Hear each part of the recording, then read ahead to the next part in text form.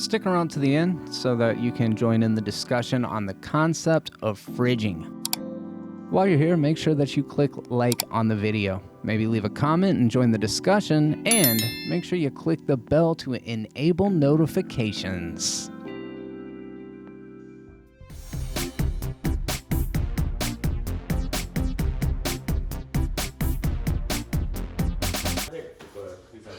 Who's that made by? Is that Gilman? What's that, man? I think so, yeah. What up? New merch. Like your hat. That feels really good. Yeah, man. I like that it's like flush too. Yeah. It's not like raised. Teespring? Purple. Looks good. Yeah. Like it a lot. Yeah. So I got a really funny package. That's all right. It leads a little bit. It's not a big deal. No. No. You know, fight this to the left side. Anyways. All right. All right. Prime's got to be here for this. I literally buried him in the earth. On her face. And first time the crew is going to get to see it. First time Ben's going to get to see it. Nobody's seen it except for me, so it should be a fun little first time viewing for all of us on something that we all made. I like switching it up. Is it conceited that we're like, my friend watches for Mine. the first time my film? We're just breaking the fourth wall. That's what we're doing. You know what I mean? Like, I see what you did there. I see what you did. I see what you did there. I see what you did there. Hello everyone, my name is Holden Hartman. Thank you so much for joining me again for another video. I'm so glad that we can get moving on with Deadpool 2. Last time we actually did the Star Wars Holiday Special.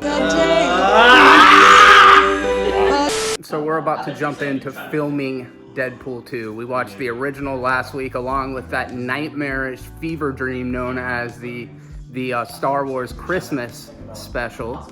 We got the whole crew here today. Got Jen hanging out. We got girlfriends. We got friends. We got a Jenna over there, probably making me a drink. I have a feeling. Yep. Thank you.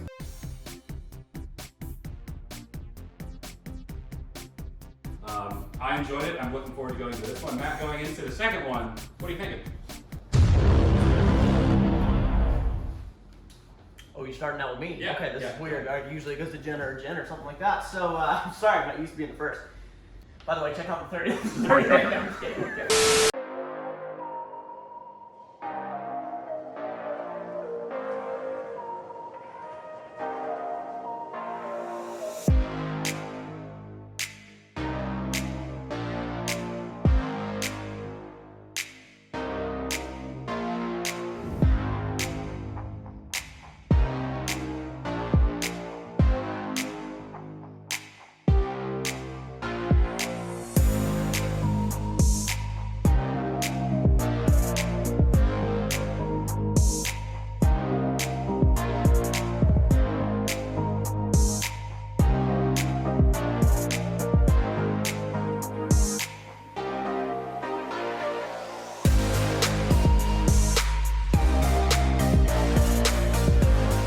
I welted up. No. I welted up. I did. So you're allergic to the movie? I welted up. I'm allergic to the movie like you're allergic to all the funny lines in the movie.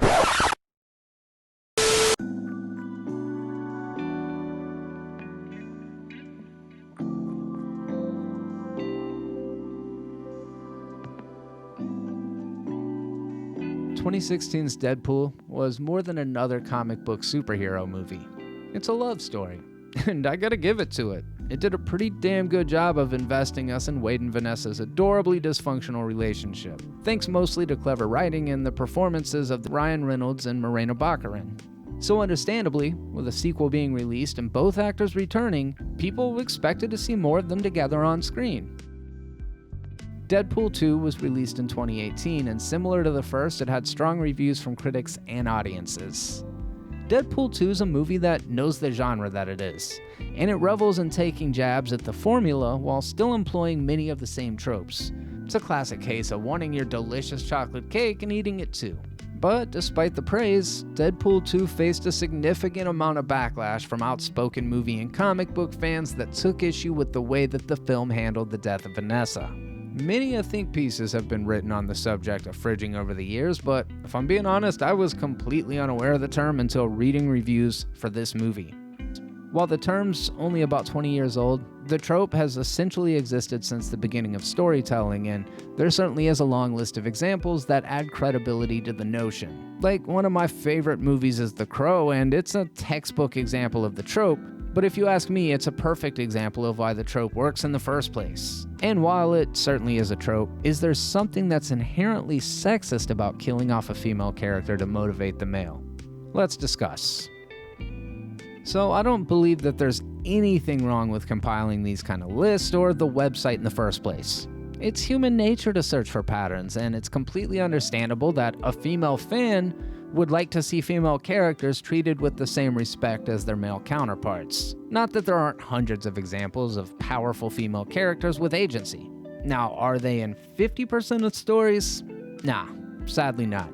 However, we're talking patterns, so why not look at a few more and see if there's something less nefarious than blatant sexism at hand?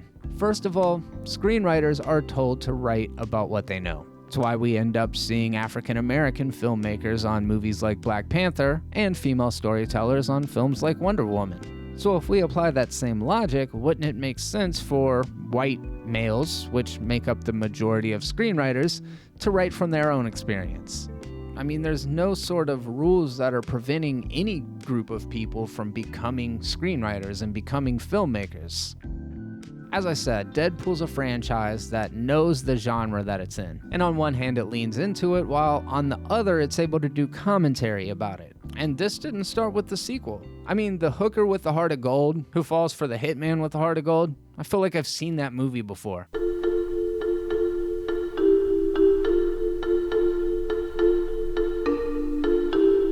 Whatever. Most importantly, and this is my main point here, it's not about male characters and female characters. This is about primary characters and secondary characters. Let me elaborate. The protagonist of a story is the character in which we experience the action through their perspective.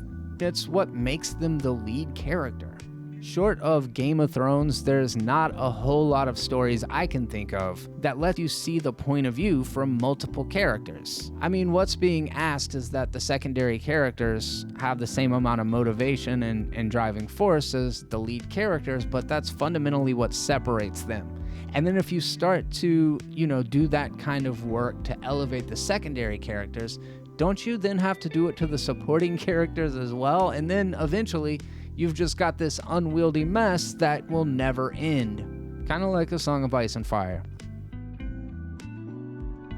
Representation is seriously fucking important. Everyone should be able to see themselves in their own stories. Fiction is a huge part of our development, and whether we acknowledge it or not, it actually really does inform the people that we become. And going through and exploring themes and tropes of cinema and storytelling is something that's endlessly fascinating to some people. You know the type. Sad, pathetic people with YouTube channels. Ultimately, I think it's just as valid for feminists to discuss this stuff as it is for fanboys. But I do think the women in refrigerators trope is really more about a fundamental lack of understanding about the broader framework of storytelling. So maybe the best solution, and this is just from my perspective, is that instead of writing think pieces, write more movies and comic books. If you don't like the status quo, change it. You have the power to do that. I know it's easier said than done, but on the heels of the incredibly successful Wonder Woman films, I think it's safe to say that there's a huge market for all sorts of stories. So anyways, that's my slightly drawn out take on women in refrigerators. But I do this for the discussion, so make sure that you leave your thoughts down in the comments section. Keep the discourse civil, and thank you so much for stopping by. As I said up at the top, make sure that you subscribe and then click the little bell to enable notifications. And most importantly, until next time, be terrible.